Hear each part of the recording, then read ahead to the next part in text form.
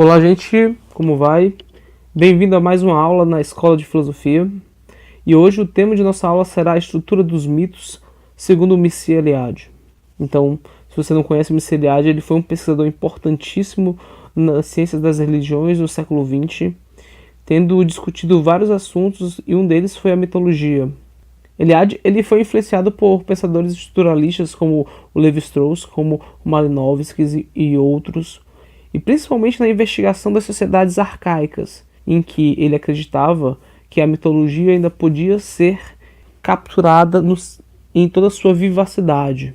Então, segundo o Mircea Eliade, o mito, dentro das sociedades arcaicas, como os aborígenes, os indígenas, eles fornecem modelos para a conduta humana e significação e valor existencial ainda. E isso seria fundamental para que a gente pudesse compreender como é que funciona a mitologia. Contemporaneamente, a gente entende a mitologia como fábula, como invenção ou como uma ficção. Contudo, nas sociedades arcaicas, o mito era exatamente aquilo que se designava como história verdadeira. E a gente vai descobrir por quê e as consequências disso para o nosso mundo contemporâneo. Então, primeiro, para compreender a estrutura e a função dos mitos nas sociedades tradicionais, né, ou compreender isso, não significa que a gente vai apenas entender uma parte da história, né, do pensamento humano, mas também a gente vai compreender melhor uma categoria nossa, dos contemporâneos. Por quê? Porque o mito, como eu disse, ele tem esse poder de mostrar como funcionava o modo de agir e a forma de se viver do povo arcaico. E isso se reflete diretamente na forma como nós agimos contemporaneamente. Então, se a gente lembrar, por exemplo, que existia um mito da destruição do mundo e da restauração da Idade do Ouro, a gente vai ver que muitas das nossas expectativas para o futuro é uma tentativa de ainda restaurar aquilo que nós perdemos, a felicidade que nós perdemos no começo. Então, compreender os mitos, segundo Mircea Eliade, vai nos levar a uma compreensão dos fenômenos humanos, da cultura, né, as criações do espírito. E vai fazer com que a gente encontre o sentido nas formas de conduta do ser humano. Então, uma atitude a se evitar é de considerar o mito simplesmente uma infantilidade, né? Pensar dessa forma seria exatamente esvaziar o mito de um sentido importante que ele tem. Por isso a gente precisa conferir aos mitos, fundamentalmente, o seu valor religioso, mas também a sua perspectiva histórica, né? E reconhecer que a mitologia é um fenômeno da cultura. Então, por que o interesse do Mircea Eliade quanto às sociedades arcaicas? Primeiro, porque ele diz que o mito nas sociedades aborígenes, entre os índios, ele conserva a sua primordialidade, ele conserva aquilo que ainda está vinculado com o passado de toda a humanidade, né? Por isso ele não aconselha que nós comecemos a estudar mitologia pelas sociedades gregas, pelo menos a estrutura das mitologias pela sociedade grega ou na mitologia romana. Não, ele diz que essas grandes mitologias, elas sofreram interpretações e modificações ao longo do tempo. Isso pode atrapalhar na forma de como nós entendamos como elas mesmas funcionavam. Então, ele vai tentar fazer uma investigação etnológica, né, inspirado também em muitas leituras a respeito das sociedades arcaicas, como eu falei do Levi-Strauss, do Malinowski, e vai entender que as sociedades tradicionais, elas são como documentos vivos do próprio comportamento humano, da própria história humana. E se nós pudermos investigá-las, nós podemos compreender um contexto religioso original da própria humanidade. Então, mas uma pergunta se faz, antes de tudo. Primeiro, o que é um mito, né? Primeiro, é difícil encontrar uma definição que seja aceita por muita gente, né, por eruditos, pelos próprios povos tradicionais. Mas existe uma definição que o Eliade ele acredita que por mais que seja imperfeita, mas que consegue ser simples e de fácil compreensão. A ideia é, o mito, ele conta uma história sagrada, ele relata um acontecimento ocorrido no tempo primordial, o tempo fabuloso da origem de todas as coisas, do princípio.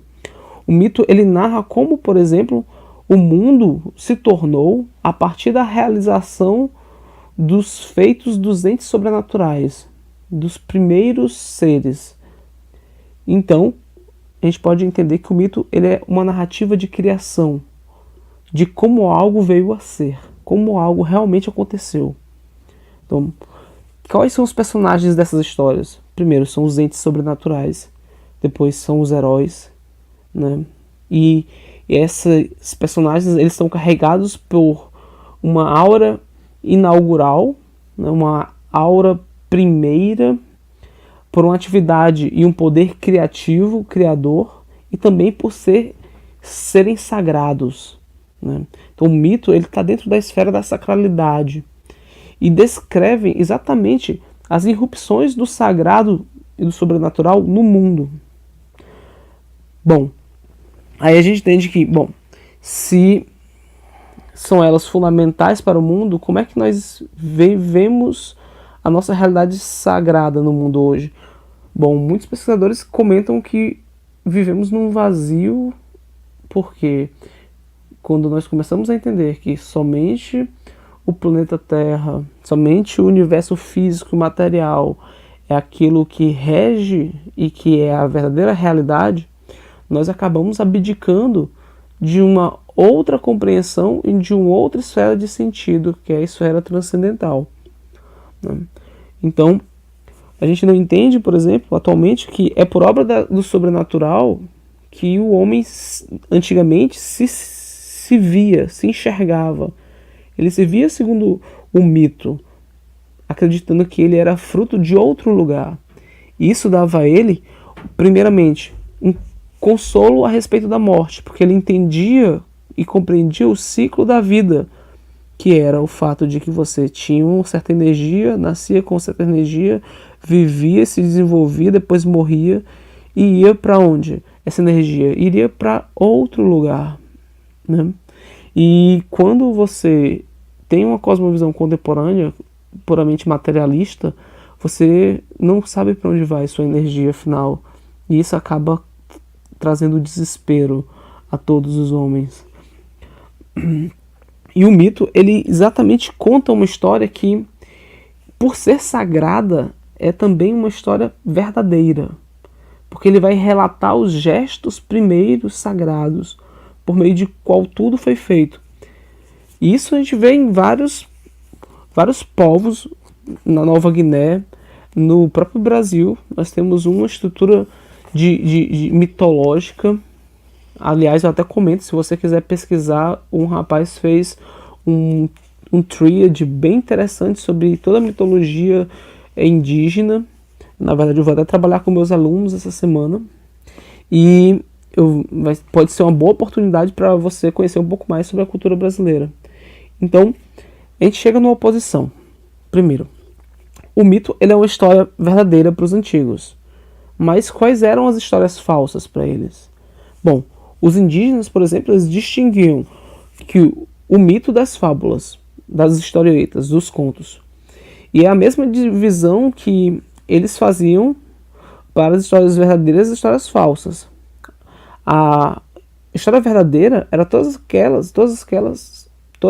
aquelas que contam a origem do mundo. Nelas o que existem? Existem seres divinos, sobrenaturais, celestiais ou astrais, né? São também as histórias dos heróis nacionais. Normalmente quem é o herói? O herói é o jovem humilde que se torna o redentor do povo e vai lutando com os monstros, com as calamidades para tentar salvar a sua pátria. Sim, se essas são as histórias verdadeiras, quais são as falsas? As histórias falsas são as proezas de terceiros, que não são edificantes. Pelo contrário, que são profanas. Por exemplo, os contos de trapaça, as piadas, os embustes. Esses, para os antigos, eram as histórias falsas.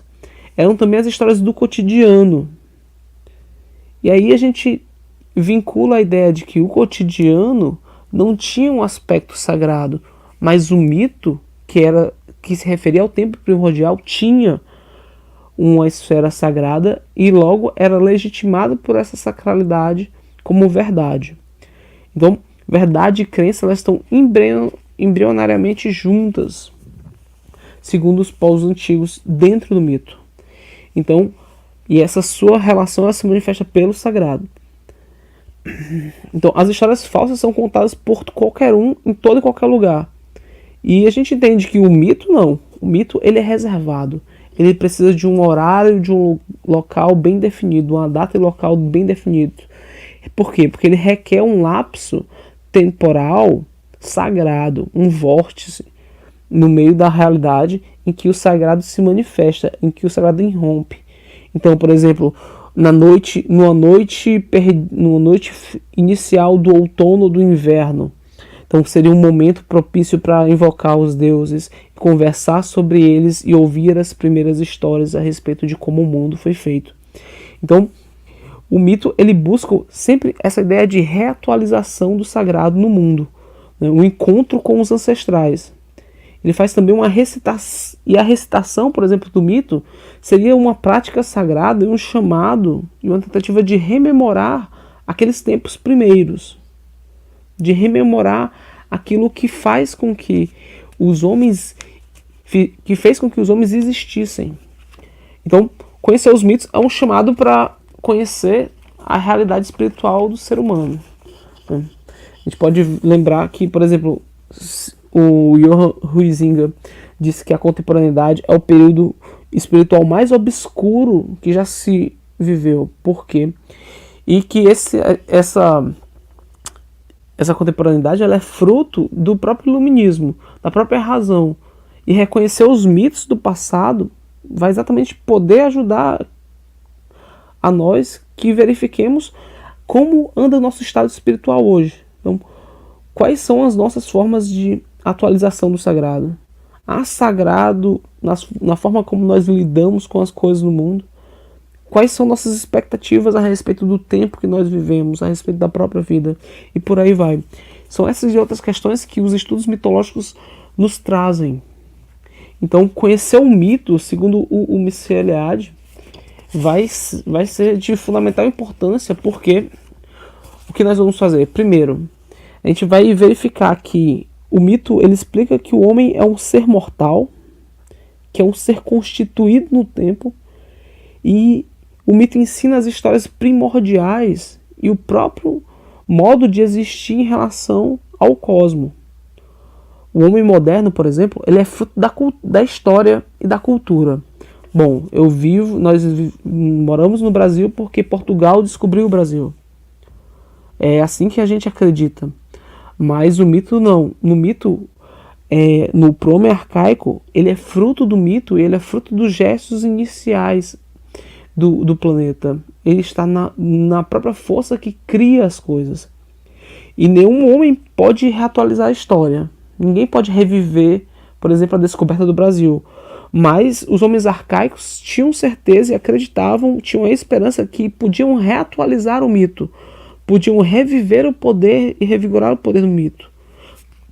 Então, assim a gente vê, por exemplo, como importante é o mito, porque quando o homem atualizava o mito, ele era capaz de reviver o tempo dos deuses, e isso o enchia de força e de sentido de vida, de sentido existencial. Essa seria uma boa resposta, um bom caminho para se pensar por que nós vivemos em tempos nihilistas. Então, conhecer o mito seria exatamente aprender o segredo da origem das coisas e, ao mesmo tempo, entender o sentido da nossa própria vida. Então, a gente aprende sobre o sentido das coisas, primeiro sobre a forma como elas vieram à existência, depois aprendemos como encontrá-las e depois como fazer que elas se reapareçam segundo o mito. Então, conhecer o mito não se trata apenas de conhecer um saber fabuloso, mas conhecer um saber esotérico que é fechado a um círculo de pequenas pessoas que ensinam como nós podemos repetir os gestos primordiais, os gestos que criam a própria vida e criaram a própria vida. Então, o mito tem esse poder para os antigos, o mito tem esse poder mágico, religioso, e esse poder que domina a própria força da vida. Então, você está doente, você precisa de um remédio, Vamos recuperar, vamos reviver a origem do mundo. Vamos reviver as forças que trouxeram a própria vida para que elas nos curem. Então, a origem do remédio, ela requer exatamente, e tem essa própria ideia, porque os farmacêuticos antigamente, os pajés, eles buscavam investigar, exatamente descobrir as origens das coisas, porque ali na origem talvez estaria a própria cura para as doenças. Então, mas também retomando essa ideia do mito e da estrutura do mito, para finalizar, o mito nas sociedades arcaicas, ele constitui a história dos atos e dos entes sobrenaturais, né? Ele é uma história que se iguala à verdade, e porque é referente às realidades sagradas. Ele refere-se sempre a uma criação que conta como algo veio a ser, e que também designa qual é o padrão de comportamento e quais são todos os paradigmas para os atos humanos. O mito, ele também, conhecer os mitos, ele permite o uso e sua atualização, e a manipulação da força da origem da humanidade. De algum modo, a gente vive-se o mito no sentido em que o mito ele é impregnado pela sacralidade, e toda vez que ele é reatualizado. Então, para finalizar, gente, viver o mito para os antigos é uma experiência religiosa que se distingue da vida cotidiana. E quando você reassiste às obras fabulosas do início do mundo, você, sujeito, passa a conviver com os personagens primordiais. Você deixa de viver no tempo cronológico e passa a viver no tempo primordial, no tempo da criação. Por isso, o tempo do mito é o tempo forte, é o tempo que significa, que é importante, não o tempo trivial. Então, para finalizar uma frase, queria usar uma frase aqui do Merciliade. Ele diz que os mitos eles revelam que o mundo, o homem e a vida têm uma origem e uma história sobrenaturais. E que essa história é significativa, preciosa e exemplar. Pois é, gente, essa foi uma aula rápida sobre um pouco da estrutura dos mitos, segundo o Messias Eliade.